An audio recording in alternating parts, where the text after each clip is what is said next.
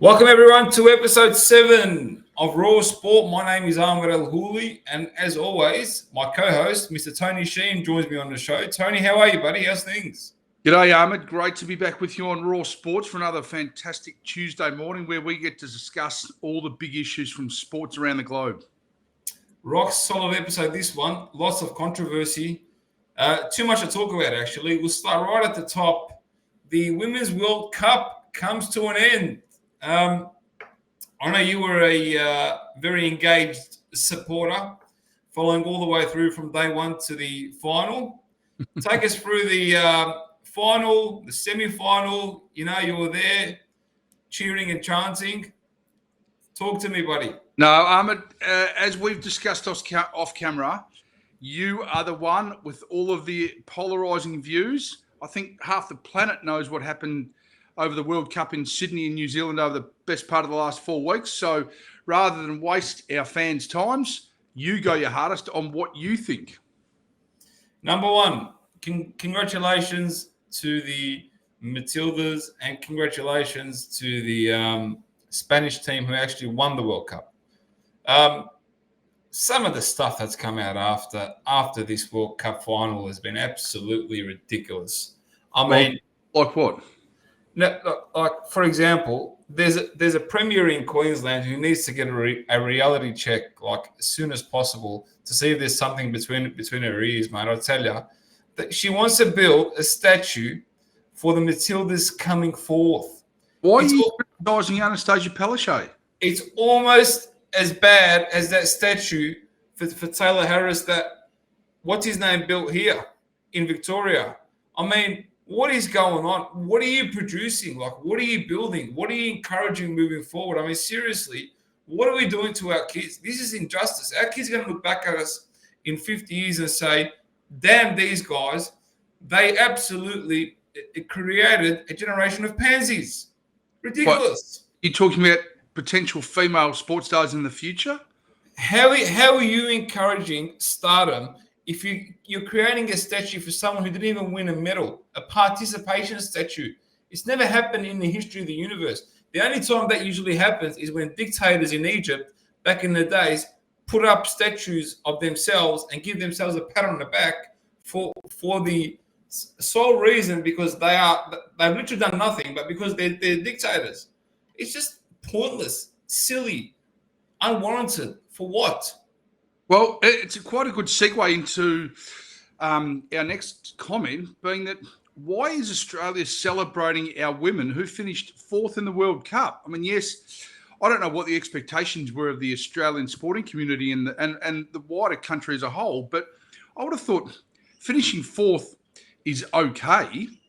But, I mean, we challenged England. Look, the results didn't go our way, but we should be celebrating their effort, not their 4th finish in the Women's World Cup. I mean, finishing 4th, as you alluded to, what's it going to bring to our future sports stars? The participation in isolation is okay. It's not. We should have finished in the top 3, not the top 4. 100%. We should have finished first. Well, that's what we should have been aiming for. First. Don't worry about the top 3 and the top 4 or the top 5. It's literally nothing but a participation statue. This is what is wrong with Australia at the moment. Yeah, look, England was just far too good. And I know you're about to unleash on the federal government into funding and participation rates for women's sports in this country.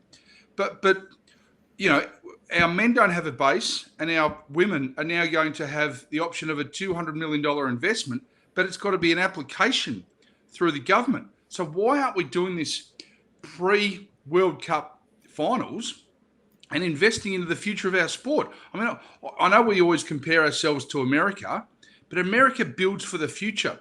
Australia builds for yesterday. We build tunnels and create 2-lane highways. America builds 10-lane highways because they know they're going to have people who are going to utilise these pathways. 100%. It shouldn't have taken all this time and effort and a World Cup to invest $200 million into women's sports. Just simply should not have happened this way. It shouldn't. So from my perspective, this then makes me question the intentions of this funding. What's it for, right? Is it truly about the women's game, or is it political activism, right? Because at the end of the day, if you really cared about women's sports, right, this would have been done years ago. And don't give me the crap of Labor, Liberal, whatever. If you care about women's sports, the funding would have been there years ago. Right? Yeah, I agree. At the moment, we're just seeing politics and sports become one, literally. Sports is being used as a mechanism for these politicians to brown nose in front of the Australian people, which is disappointing in my opinion. Yeah. The other thing is, by extension of what you've just said, I noticed on stage for the finale for Spain v England, why was our Governor General up on stage next to the Prime Minister? What the hell has he got to do with giving out medals and participation medals to the umpires in both teams? Nobody even knows who the hell he is. That's the truth. No, but my point being is, why was he up there? I can understand Prime Minister Albanese being on stage to congratulate all the participants and the winning team because it's in his country. But why was the Governor General up on stage? No clue, to be honest. I don't think I've seen that happen before. Well, it doesn't make sense. I think it was stupidity. Yeah. Now, take us through some of the numbers from the final, from the Australian v England game. The broadcast numbers were pretty. If you talk about Australia v England, they were record-breaking numbers in this country. The total reach was 11.15 million. The average audience was 7.13 million. They're huge numbers, right? They're huge. Extraordinary. Yeah, huge numbers. Now, if we take the average audience, 7.13 million, that is just under a third of the entire nation tuning into the game. Exactly. And it's almost half the nation tuning into the game, or the total reach. If we go into this whole media issue that happened pre the World Cup, and we go into who actually owned the rights to the World Cup, which I'll let you sort of pretty much elaborate on. In my opinion, this was a total disaster. Well, you specify what you mean by that. Optus Sport bought the rights to the Women's World Cup, sold it to Channel 7, right? Channel 7 reaped the rewards of it. And then the sole media provider of Australian football, of the A-League, Channel 10, didn't even bid or why wouldn't you win these rights?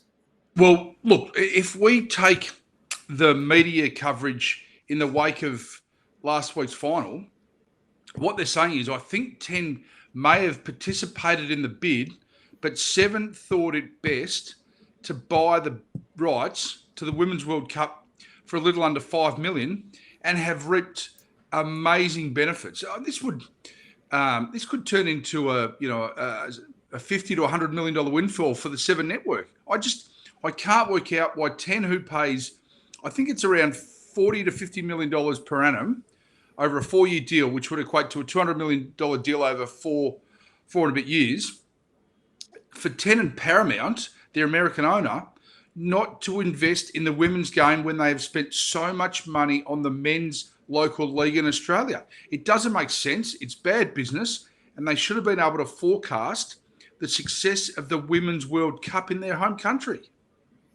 100%. It would have made up for their losses from last year's A-League absolute stuff up. Yeah. Look. If we look at the current media landscape in this country, Channel 7, Channel 9, powerhouses. Fox, he's got all the cable networks, so on and so on. The issue is the commitment across the board isn't there. If you look at Channel 7, they bought it from Optus Sport. How much did Optus Sport pay for the rights? I think around 15 million. 15 million. Okay. Channel 7 paid 5 million, right? Yeah, just under. All right. They got the highest return on investment probably in Almost the history. probably. Yeah, history. This probably of our country's media landscape. Now, Channel 10, you lost the initial bid, right? Why wouldn't you go back and try and get it? How Seven got it? Come through an alternative channel and win. Like the point is that you have to be all in on this because you've already committed to the sport. Correct. Look, we've got to take our hats off to the Seven Network and its CEO, James Warburton, to have the foresight. What a master move. Master move. I'm surprised more hasn't been made of his decision to do this. I mean, yes, we speak about the Seven Network as a whole, and it's led by its billionaire owner and major shareholder, Kerry Stokes. But what Warburton has done is nothing short of brilliant. Look, to not taking away from the broadcast itself, look, I was critical of Optus Vision by the way of its commentators. I think David Bashir and his female special comments person really, really lacked. I mean, yes, he had a tough job. He did all of Australia's games and he did the final for Optus Vision. But where was the excitement in his voice? In terms of when, and yes, I think the Sam Kerr goal, it was done justice, but the rest of the attempts and some of the goals, I wanted some excitement through the TV screen and it was just lacking. Mate, you got that many Australian legends sitting out at the moment. I mean, why wouldn't you pick up the phone and bring him in specifically for the bloody World Cup? It's honestly, it's run like a small milk bar, really. It's just a farce. Exactly. And the creativity, they have as much creativity as what, like, who's the most, like, it just doesn't make sense. Yeah, look, and I was disappointed with Optus Vision in terms of on Sunday night's final between England and Spain, they missed the coin toss. They didn't. Some of the camera angles were really quite wide, so that you couldn't see the players well enough. And yes, they might talk around and defend their position and say, "Well, we had limited resources," and they were Of course, they're going to do that. Of course, they're going to defend their position. Yeah, but you got to understand something. Optus has only been a means of bringing another product into Australia. They haven't been the guys on the ground, right? They've done TV shows, but I don't think they've done any actual Premier League games, right? They've just pretty much plugged in a cable from the Premier League media office. Yeah. So who was doing the broadcasting of the Women's World Cup in Australia? From my understanding, it was them. They were doing everything. Yeah. Well, that's what I'm saying. That I don't think they did a great job of selling the game. Well, you see, this is the difference between when we talk about Australia and the States. I'll give you an example, right? Amazon won the bidding rights to host Thursday Night Football in America. Thursday Night Football averages 11 million, 12 million people tuning in. What they did was, their first year, they have a streaming platform, Amazon Prime, so on. They've got endless resources. Amazon, they're worth trillions of dollars. Yep. You know what they did? They white labeled the NBC broadcast stream, all right? And they fed it through to Amazon. So they brought in NBC because NBC is more experienced when it comes to streaming. Now, our friends that are at Optus never thought to do that. I mean, it's clear as daylight. You've never done it before. So are you saying, by what Amazon did with NBC, that Optus Vision should have done that with Channel 7?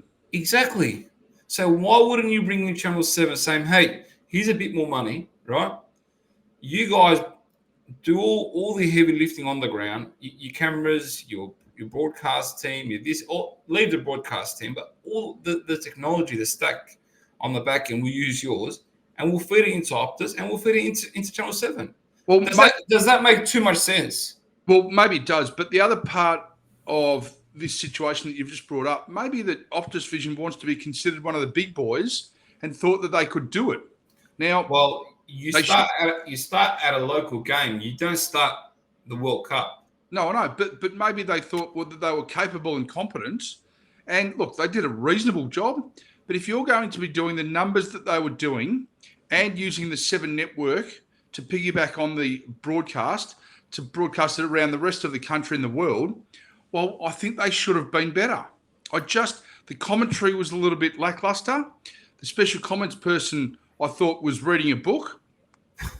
And some of the inability to broadcast simple things, as I've said, like the coin toss and replay certain key incidents from certain games, just wasn't there.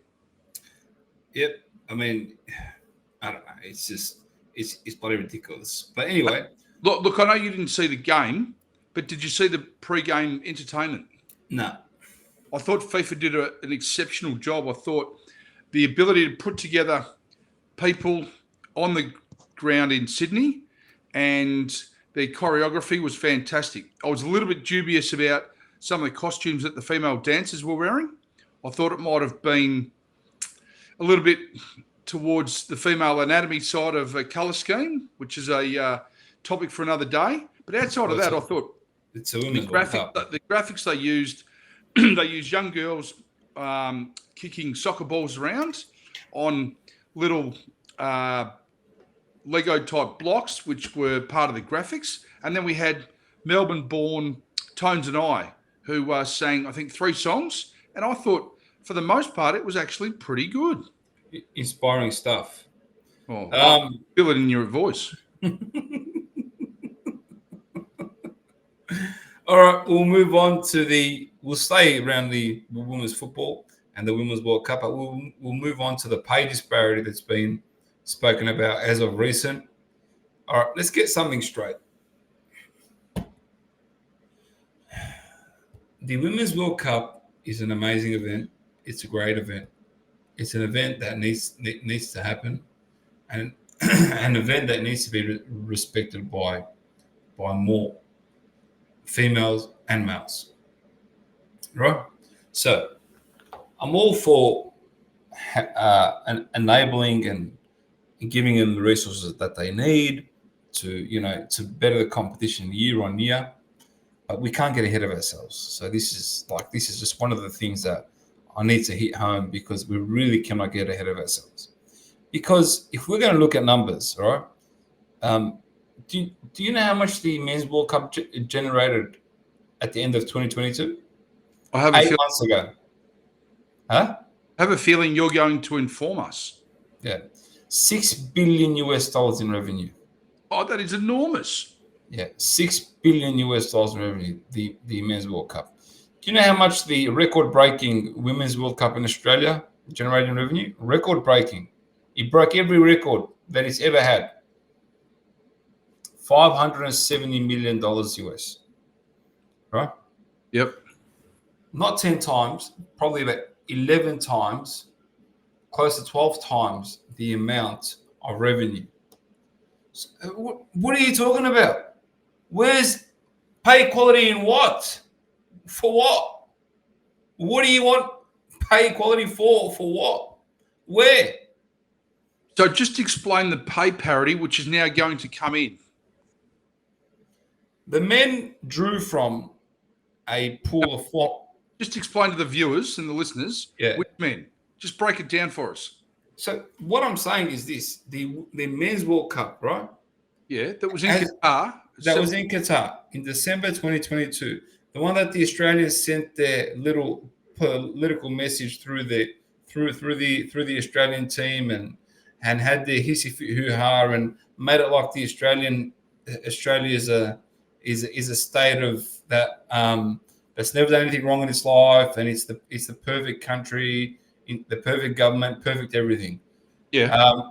That tournament there were the ones that the academy that the Qataris gave to the Australians because of Tim Cahill.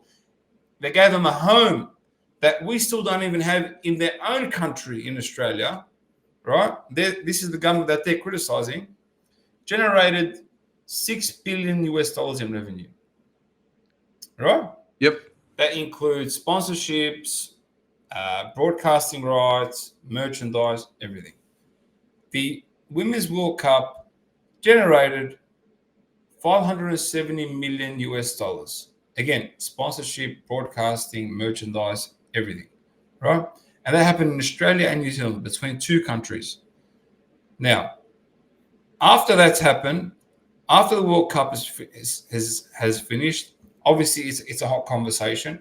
They've come out and they said now that there needs to be equal pay between the men and the women. Gianni Infantino, or Infantino, whatever his name is, the FIFA president, said, hang on a second, there's a bit more that needs to be done before we even have this conversation.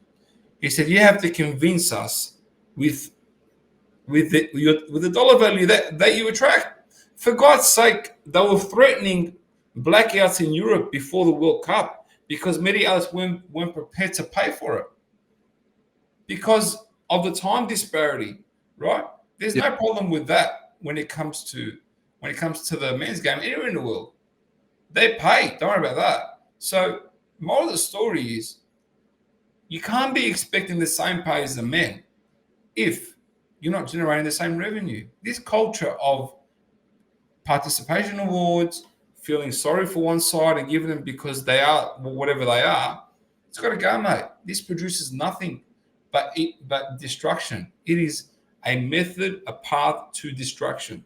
Yeah, it's funny because somebody actually wrote on social media the other day, and the person's name escapes me, but did say, why are the Matildas suddenly beyond reproach? Are we not allowed to criticise them because they're female? Exactly. It's people who are criticised have done something right, not something wrong. Why? If these girls are going to finish fourth in a World Cup and start to be considered as equals to men, well, they've got to be open to criticism, because if we're not going to criticise them, they'll be treated like babies. Exactly, because the men get slaughtered. You say slaughtered or extorted? They get slaughtered with their criticism. So this is what we're talking about, right? We have an issue with the politics that's being pushed through sport now, and it really is being pushed all around the world, not just here. For example, the American soccer teams, the men generate 10 times, 20 times more than the females, and now they get half. Why? For what reason? Yeah, look, I think it's a long play. I don't want to go into that today. It's probably too political, but I'm sure over the coming episodes of Raw Sports, you and I will dissect why. Well, that's rare coming from you. Oh, yes. Why is that? You don't mind a political conversation here and there. Look, I do like political Anyway, we'll keep going. All right, enough about soccer, enough about sport, enough about women's football. Let's keep going. Now, the biggest game in our country, the AFL. A few incidents. Let's start off again about pay. New AFL CEO Andrew Dillon has come out and said prize money is going to be equal.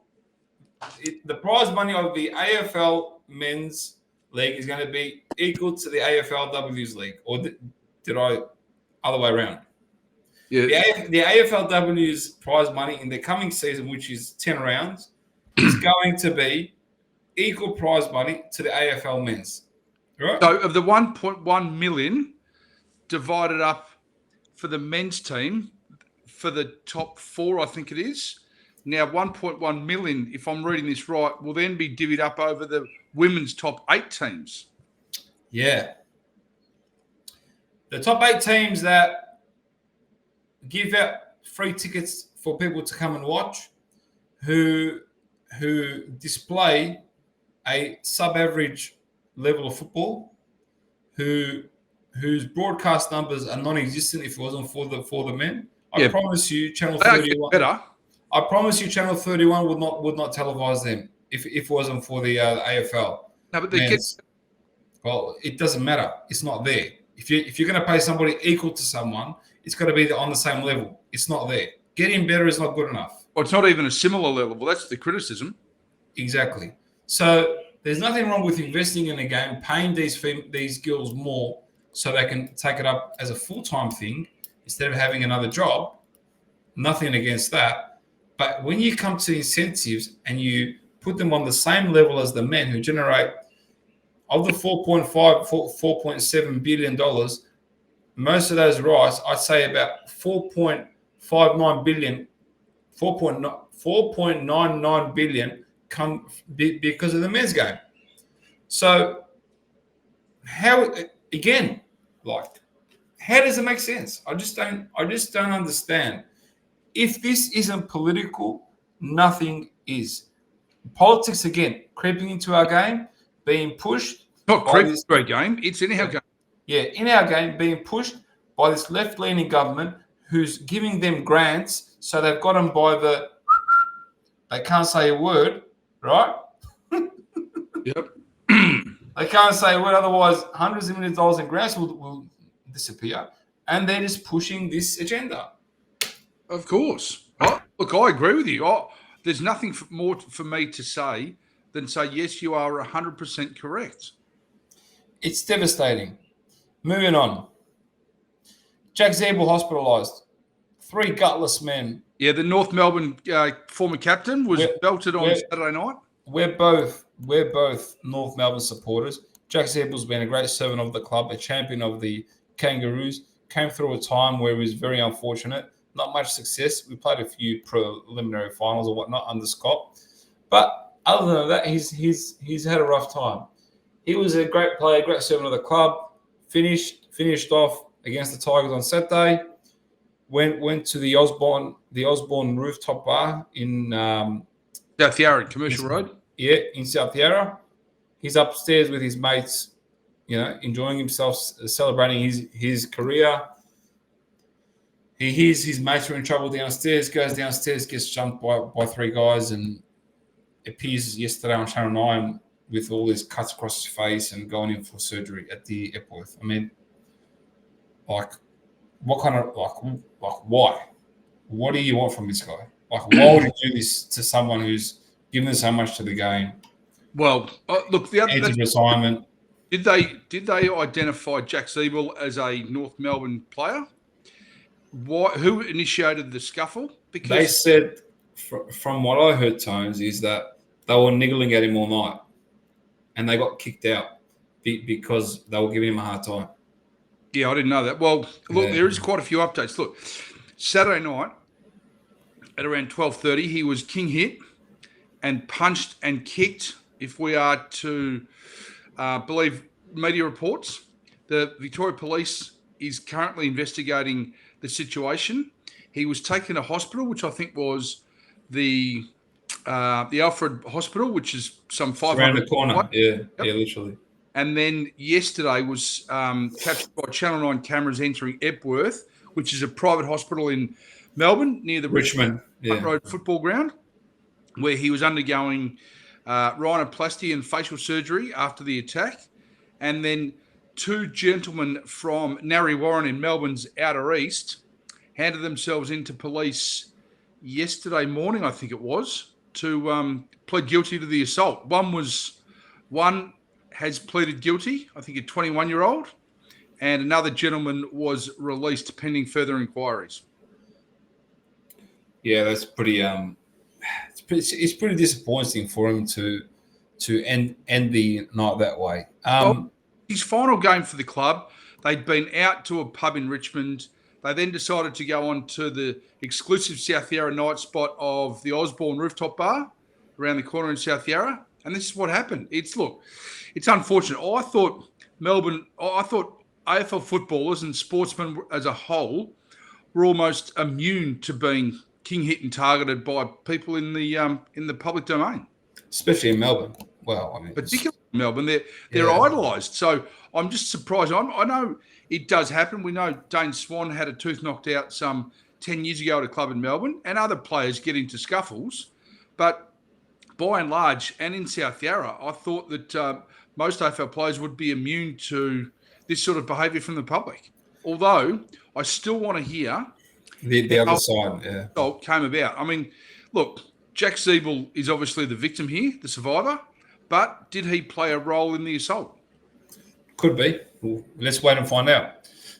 2 other legends also finished up in the same game as Ziebell, Trent Cotchin and Jack Riewoldt. Real legends of our game, in our modern game. 3-time premiership players, great ambassadors of the sport. I'm sure they'll find themselves in the media, especially Jack. They already are. Yeah, exactly. Um, it's an end of an era, I think, for the Tigers. I think that's we've seen a few of their premiership players now all finish up. How many more is there? I think you can count the rest on one hand. What, premiership players? Yeah, at the Tigers. Oh, no, there'd be more than 5 or 6 at the Tigers. Really?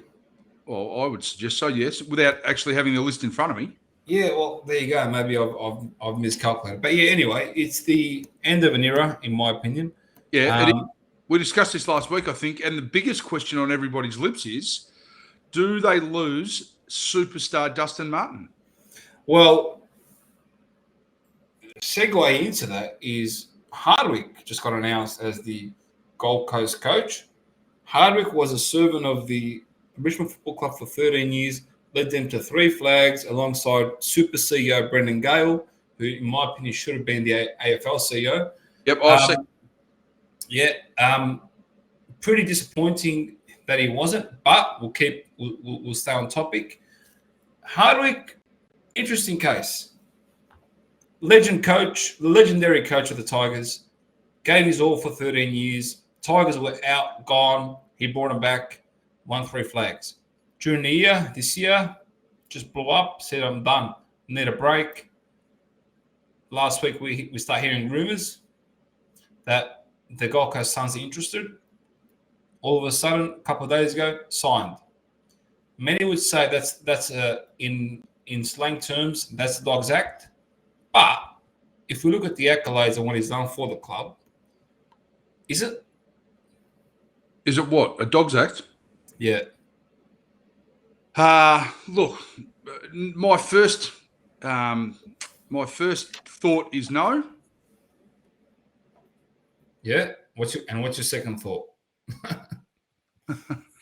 Well, let's just isolate the first thought. Did he see an opening at the Gold Coast prior to jumping ship out of Richmond? Were they going okay then? Well, the Gold Coast was going okay. I mean, Stewie Dew had been, I think, locked in for another 2 years and then found himself without a job. But I think it's Mark Evans, right? Who's the Gold Coast president? CEO. The who? Sorry. The grandstanding CEO. Yes, he flew to Rome to meet with Hardwick recently. So with the chairman Bob East. Now, yeah, a really good point you bring up. Yes, I think they've done a very good job in securing Hardwick, but did they need to fly to Rome to meet with Hardwick? Apparently, the flights alone were $40,000, and there is a backstory which we may or may not go into as to why they did want to go to Rome and Milan. Tell us. Well, it's my understanding that Mark Evans' daughter may have been in Italy, and Mark Evans' wife wanted to go over and see her, and may have orchestrated this trip to see Damien Hardwick, who happened to be in the same country overseas. So he thought it best to go over there with Bob East to sign up Damien Hardwick, spending valuable dollars of the club's money to go and sign Hardwick. Mark Evans has got plenty of money, mate. He's AFL CEO. I don't think 10 grand is going to send him it's the bankrupt. club's money. So what I'm saying is, if you're going to spend some $40,000 on return flights to Europe, is that money well spent? I mean, yes, they got their man, so I think it was a good outcome. But the other part of this whole situation is, when they announced Damien Hardwick yesterday, did they try and foil any further talk of the Swans Crows debacle from Saturday night, where the ball went through for a goal with, I think, just over 60 seconds to go and play, which has now been, the goal wasn't reviewed. So therefore, Adelaide now loses that game to Sydney and is ineligible to play finals. It's been an enormous issue. Did the AFL ask the Gold Coast to bring forward Damien Hardwick's announcement to scuttle any talk of that? And then by extension of that, when Damien Hardwick was photographed at Carrara Stadium, formerly Metricon, why was Damien Hardwick photographed with the CEO and the chairman as their new appointee when he's going to be their coach?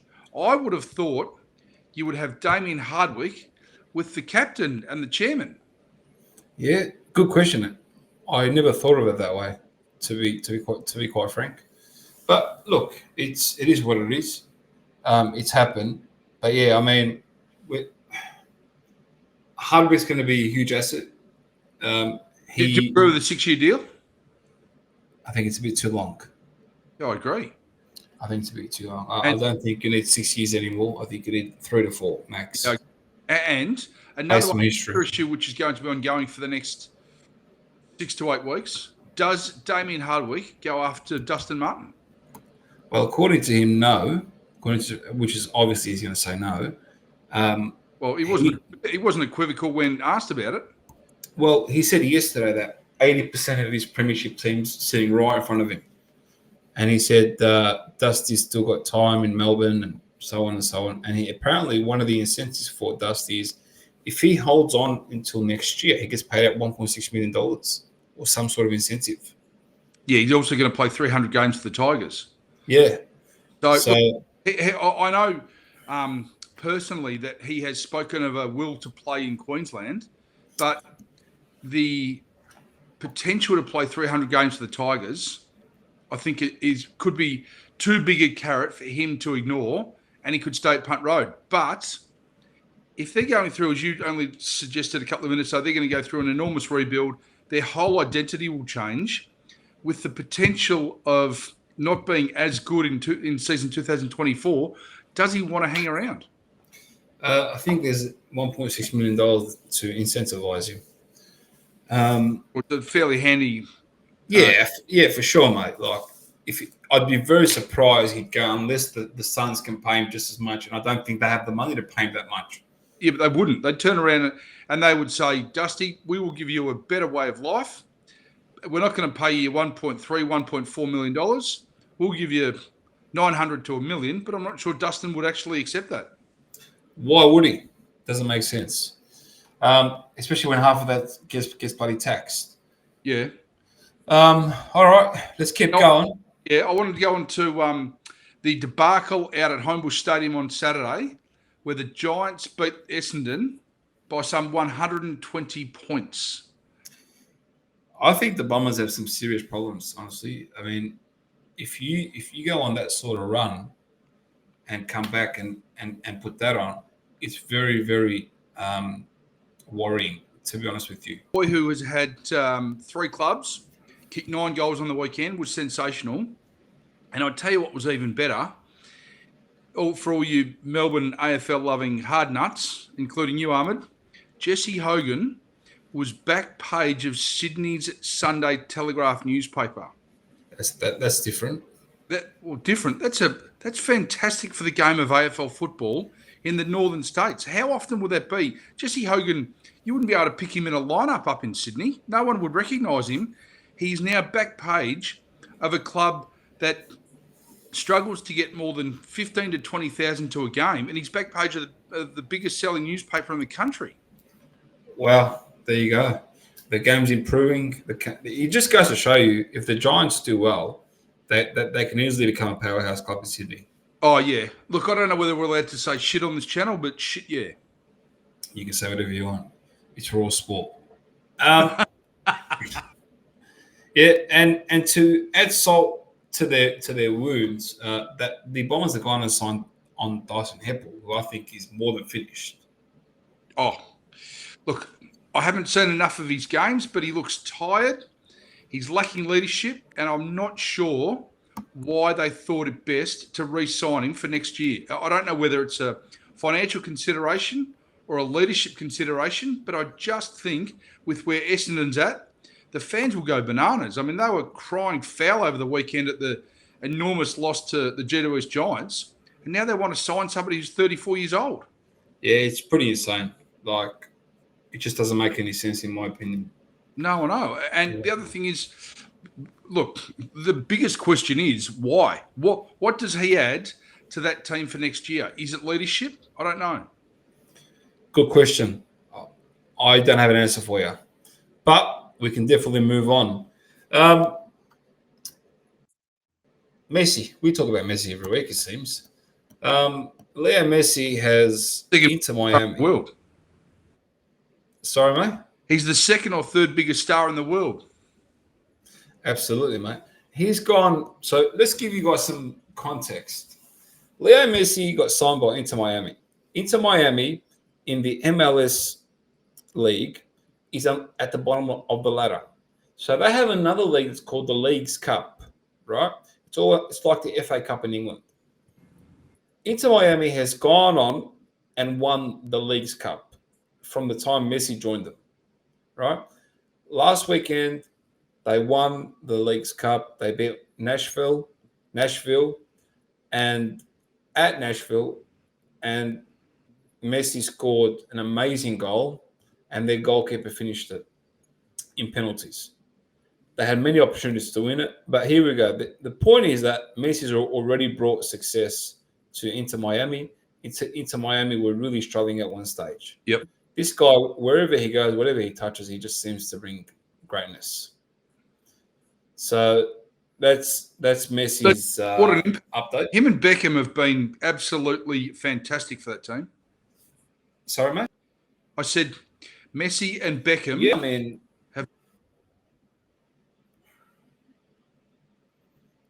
Go on, mate.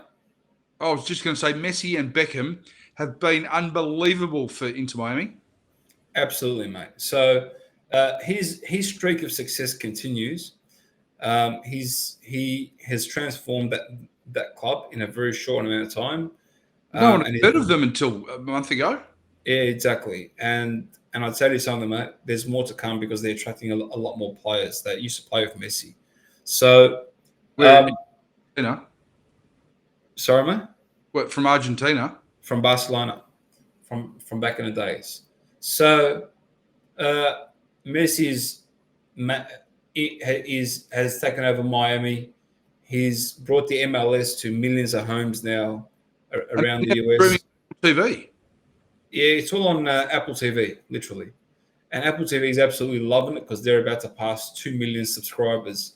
He's just blown things through the roof. And now you have Apple looking at. Actually, this is a good segue. Apple is looking at purchasing ESPN from all talks. Really? Yes. ESPN is buried the lead, Ahmed. That's a huge story. Absolutely. So ESPN has had some difficulties in recent times with its streaming network not being profitable, even though it's in 24 million homes. ESPN is in a bit of a pickle because other Disney properties are not doing well. So usually one would cover for the other. So Disney's in a bit of a shit show at the moment. Again, because of politics, but we aren't going into that. We don't need to. The story here is ESPN is up for sale, basically, behind the scenes. Yep. And Apple are very interested, and that comes on the back of the success that they've had with Messi and the likes. So we could see a takeover soon. So you have numbers? Do you know what sort of? Not yet. No. It's just, you know what? If what you're saying has merit, that would be unbelievable for the sporting platforms of the world. 100% has merit, and you will all find out very, very soon.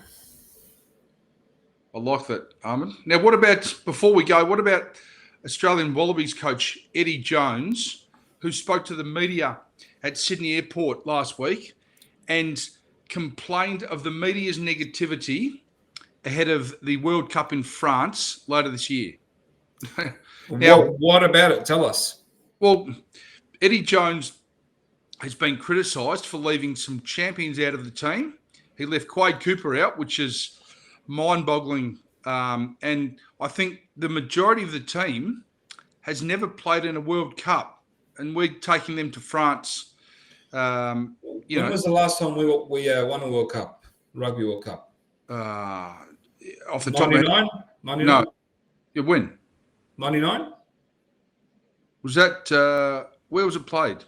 I don't recall, but I'm pretty sure it was under him. Yeah, but it's now 24 years later. Did he win one? Did he win one with England?